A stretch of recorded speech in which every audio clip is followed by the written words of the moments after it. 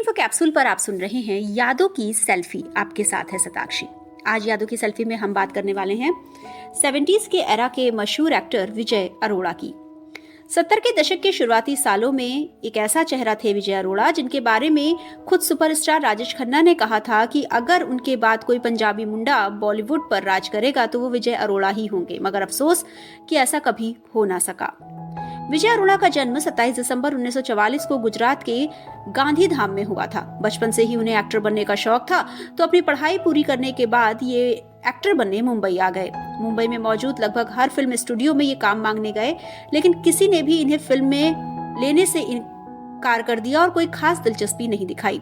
सबने ये कहकर इन्हें टाल दिया कि कुछ काम होगा तो बता देंगे। विजय कभी किसी फिल्म स्टूडियो में दोबारा काम मांगने नहीं गए। वो इंतजार करते रहे ये सोचकर कि इतने लोगों से मिले हैं तो कोई ना कोई उन्हें काम के लिए बुलाएगा। लेकिन कई महीने बीत गए और किसी ने उन्हें नहीं बुलाया। वक्त गुजरने के साथ विजय को यह एहसास हुआ कि इनके कुछ अच्छे दोस्त भी अब मुंबई में बन गए हैं। हालांकि वो सभी नॉन फिल्मी बैकग्राउंड से थे। उन्हीं दोस्तों में से एक ने इनसे कहा कि पहले तुम खुद को फिल्म में हीरो बनने लायक बनाओ, तब तुम्हें काम मिलेगा। उनके दोस्त ने इन्हें film and television institute Pune में दाखिला दिला दिया। दोस्त की सलाह मानते हुए इन्होंने FTI में दाखिला ले लिया और 2 साल बाद यानी साल 1971 में ये FTI से एक्टिंग में गोल्ड मेडल लेकर निकले। अगले साल यानी 1972 में उस जमाने के मशहूर प्रोड्यूसर, डायरेक्टर और राइटर BR इशारा ने इन्हें अपनी फिल्म जरूरत में एज अ हीरो कास्ट किया। फिल्म में इनकी हीरोइन थी रीना रॉय और इत्तेफाक से रीना रॉय की भी ये पहली फिल्म थी। ये फिल्म विजय अरोड़ा पर कोई खास कमाल नहीं दिखा पाई, लेकिन विजय अरोड़ा जरूर अपना क्यूटनेस दिखाते हुए लड़कियों के बीच काफी पॉपुलर हो गए। इसी साल विजय अरोड़ा की 3 और फिल्में आईं। ये फिल्में थी राखी और हथकड़ी, सबसे बड़ा सुख और मेरे भैया। ये तीनों ही फिल्में बॉक्स ऑफिस पर औंधे मुंह गिरी। फिल्म इंडस्ट्री के लोगों को लगने लगा कि इस नए लड़के को लोग पसंद नहीं कर रहे हैं।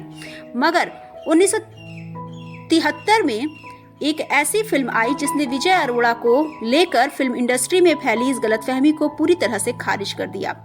करियर की शुरुआत के पहले ही साल में जब बैक टू बैक विजय की 4 फिल्में फ्लॉप हो गईं, तो फिल्म इंडस्ट्री में बहुत से लोगों ने ये मान लिया था कि इस लड़के के नसीब में कोई हिट फिल्म नहीं है। लेकिन दिग्गज प्रोड्यूसर, डायरेक्टर और राइटर नासिर हुसैन ने विजय पर भरोसा जताया और उन्होंने विजय को अपनी मल्टी स्टारर फिल्म यादों की बारात में चांस दिया। 3 भाइयों के मिलने और बिछड़ने और बिछड़कर फिर से मिलने वाली इस फिल्म कहानी में विजय ने जबरदस्त काम किया। फिल्म में उन पर फिल्माया गया गीत चुरा लिया है तुमने लोगों की जुबां पर चढ़ गया। सिजलिंग जीनत अमान के साथ विजय की जोड़ी ने कमाल कर दिया। इसी साल विजय अरोड़ा की एक और फिल्म आई जिसने इनके काम को खूब सराहाया गया। वो फिल्म थी फागुन। इस फिल्म में वहीदा रहमान और जया भादुरी जैसी दिग्गज एक्ट्रेसेस के साथ ये नजर आए। यादों की बारात के बाद 6 सालों तक विजय का फिल्म इंडस्ट्री में काफी नाम रहा। हालांकि इस बात का मलाल इन्हें हमेशा था कि जब भी फिल्म इंडस्ट्री के टॉप एक्टर्स की बात होती है तो उन एक्टर्स की लिस्ट में इनका नाम शुमार नहीं किया जाता है। एक इंटरव्यू में विजय अरोड़ा ने इसके बारे में बात करते हुए कहा था कि उन्होंने कभी भी फिल्म इंडस्ट्री में होने वाली राजनीति का खुद को हिस्सा नहीं बनने दिया। कमजोर रोल्स को उन्होंने कभी स्वीकार नहीं किया, फिर चाहे वो किसी बड़ी फिल्म स्टूडियो या बड़े डायरेक्टर्स की तरफ से उन्हें ऑफर किए गए हों। साल 1986 में विक्रम बेताल सीरीज में विजय अलग अलग किरदारों में दिखे, लेकिन रामानंद सागर की रामायण में इंद्रजीत मेघनाथ का रोल निभाकर ये सारे भारत में मशहूर हो गए।